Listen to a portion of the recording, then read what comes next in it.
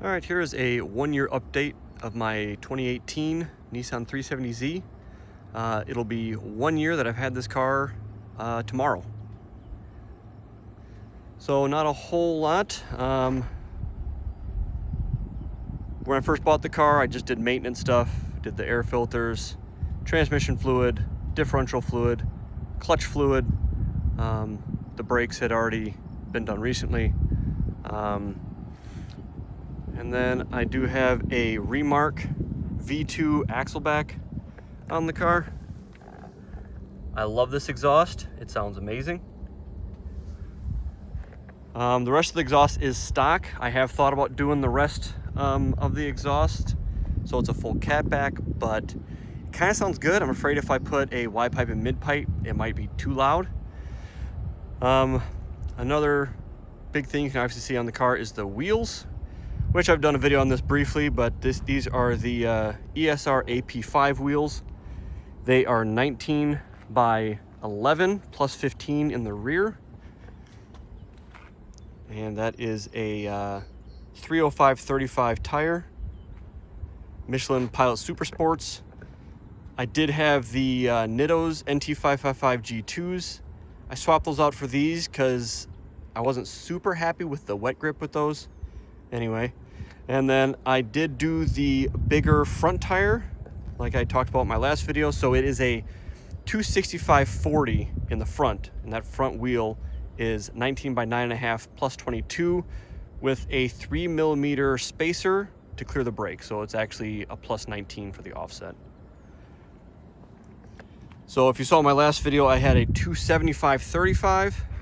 So this kind of gets rid of some of that fender gap, and also the tire sits pretty good with the front. It does poke a little bit, but I'm okay with a little bit of poke. The tread isn't sticking out, so it's just a slight poke. You don't really see it unless you're, hitting at it from a profile view of the front. But looks really clean.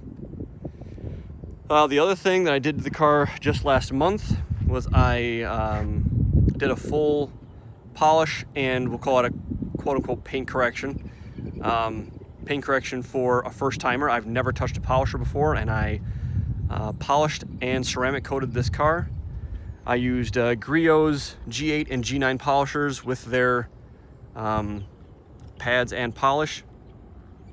Turned out pretty good. There are some deep scratches that you can catch your nail on, so those aren't coming out, and I'm sure a professional would have gotten some of the scratches that I couldn't get out, but it was my first time and I didn't want to burn my paint. I kind of was playing it safe.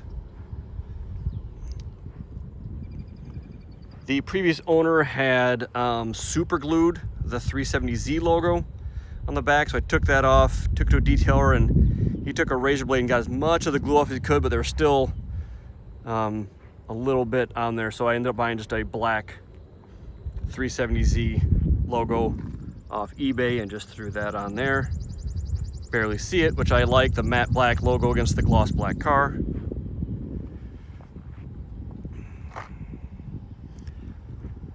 Just doing a quick walk around here.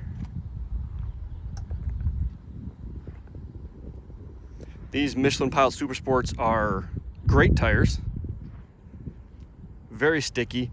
The reason I went with these, a lot of people were like, why didn't you get the Pilot Sport 4S? Because they're like $4 more per tire.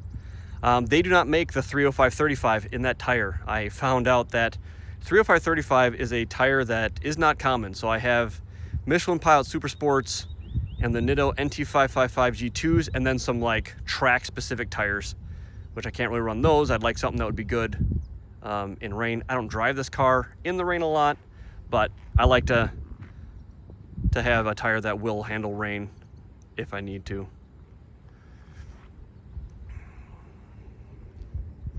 And then I'll show you a couple of the small things that in the interior in just a second.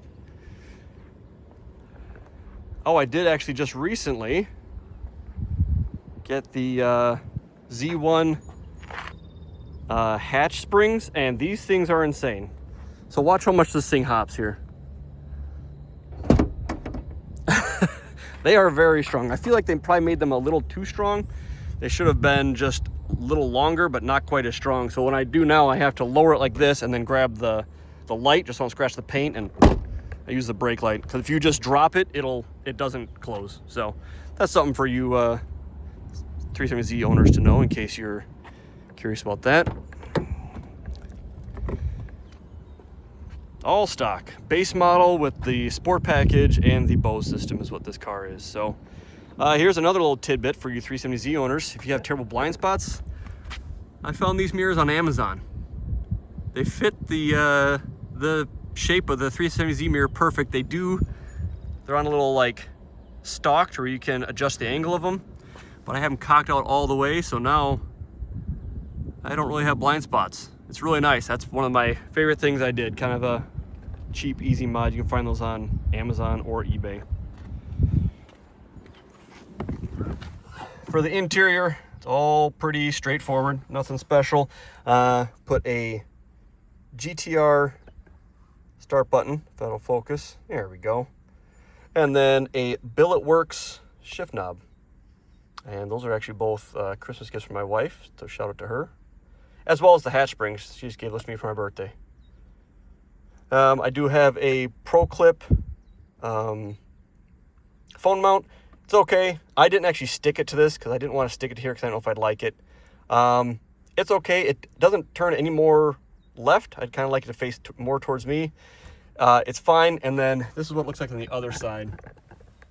It sticks out. There's a big gap here, so it really sticks out a lot.